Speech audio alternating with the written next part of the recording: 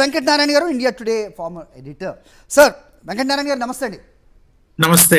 Right, చూసారు ప్రసాద్ రెడ్డి గారు మాట్లాడింది. సో డిస్కౌంట్ చేయడానికి వీల్లేదు, రైట్ ఆఫ్ చేసే పరిస్థితి ఉండదు. But at the same time ఈ ఎన్నికలు ఆప్కి రెఫరెండమో కాదో తెలియదు, కానీ ఖచ్చితంగా కేజ్రీవాల్కి రెఫరెండం అనేది మాత్రం చాలామంది మాట్లాడిన అంశం. Do you differ that? Do you want to add anything to that?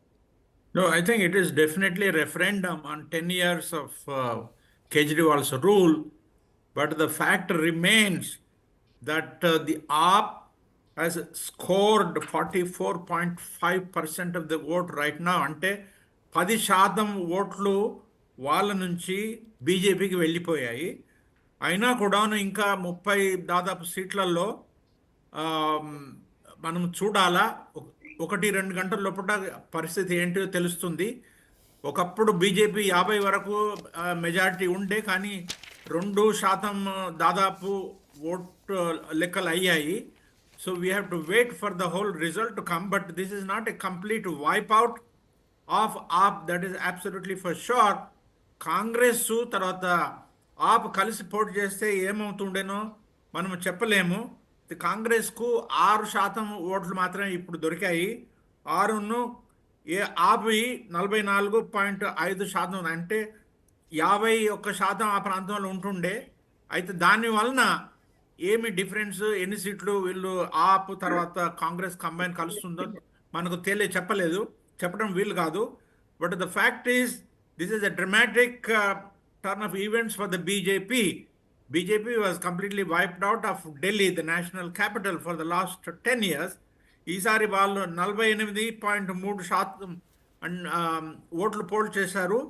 అంటే ఆప్కు పోయిన ఎలక్షన్లో ఓటు చేసిన వాళ్ళలో 10% బీజేపీ వైపు తిరిగారు.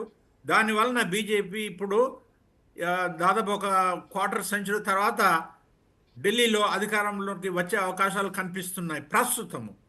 Right. What is most గంటల తర్వాత ఏమవుతుందో మనం చెప్పలేము. Yeah, Narayan garu, Venkatarayan garu. So what is most dramatic here? Because 40 to 45% vote base అనేది బీజేపీకి ఎప్పుడు ఉంది ఢిల్లీలో. సో ఖచ్చితంగా ఎలీట్ సెక్షన్స్ అవ్వచ్చు, లేదంటే అప్పర్ మిడిల్ క్లాస్ అవ్వచ్చు, బీజేపీ వైపు ఉన్నారు అనేది ఒక గణాంకం చెప్తున్న పరిస్థితి సర్వే సంస్థలు.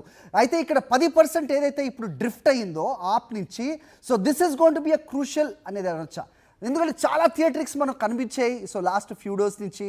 సో ఆప్ ఏదైతే ఈ 10% కోల్పోయిందో అది స్వయంకృత అపరాధాలు అనేవాళ్ళు కూడా లేకపోలేదు. సో ప్రస్తుతం మీరు చెప్పినట్టుగా దాదాపు క్వార్టర్ సెంచరీ 27 సంవత్సరాల తర్వాత BJP all set to come back, breaking all the jinxes of this more than a quarter century. That's absolutely true. అయితే గతసారి ముస్లిమ్స్ తర్వాత దళిత్స్, స్లమ్ డ్వెల్లర్స్ ఆప్కు ఓట్లు ఇచ్చారు, కానీ some of them have now gone back to BJP. తర్వాత some of the votes that would have gone to the AAP have also gone to Congress. Congress has increase its vote percentage only by 1.5% compare to last time. అయితే దానివలన కొన్ని కాంగ్రెస్ గెలవకపోయినా కూడాను ఆప్ candidates ఓటమికి వాళ్ళ we can say that they are responsible అని. BJP Can you add one point, sir, Venkatanarayana garu? So మీరు కాంగ్రెస్ గురించి మాట్లాడుతున్నారు కాబట్టి, సో వాట్ కాంగ్రెస్ నెరేటివ్ ఇక్కడ ఏమై ఉంది? That have they really fought really ఇక్కడ గెలవాలి ఢిల్లీలో అన్నట్టుగా ఫైట్ చేశారా అనేది మనం చూడాలి. ఎందుకంటే ర్యాలీస్ వాళ్ళు చేసింది ప్రచార సభలో చూసుకుంటే instead of 40 at least they have participated 4 rallies. So what happen to Rahul Gandhi? And yesterday was talking about Maharashtra.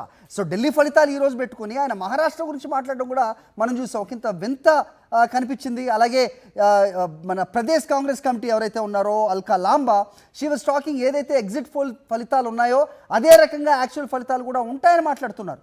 So వాళ్ళు వదిలేసేట్టేనా, లేదంటే పంజాబ్లో మమ్మల్ని ఆప్ దెబ్బ కొట్టింది, మేము ఢిల్లీలో ఇక్కడ మేము ఆప్ని దెబ్బ కొడతాం అనే ధోరణే కనిపించింది ఆ కాంగ్రెస్లో? ఆ ధోరణిలో వాళ్ళు పనిచేశారు, కానీ it has not had much impact because they have not increase their vote share considerably. దానివల్ల నష్టం అయితే ఆప్కి అయింది, లాభం మాత్రము కాంగ్రెస్కు కాలేదు. బీజేపీకి ఆ లాభం కాబోతుందని అనిపిస్తుంది.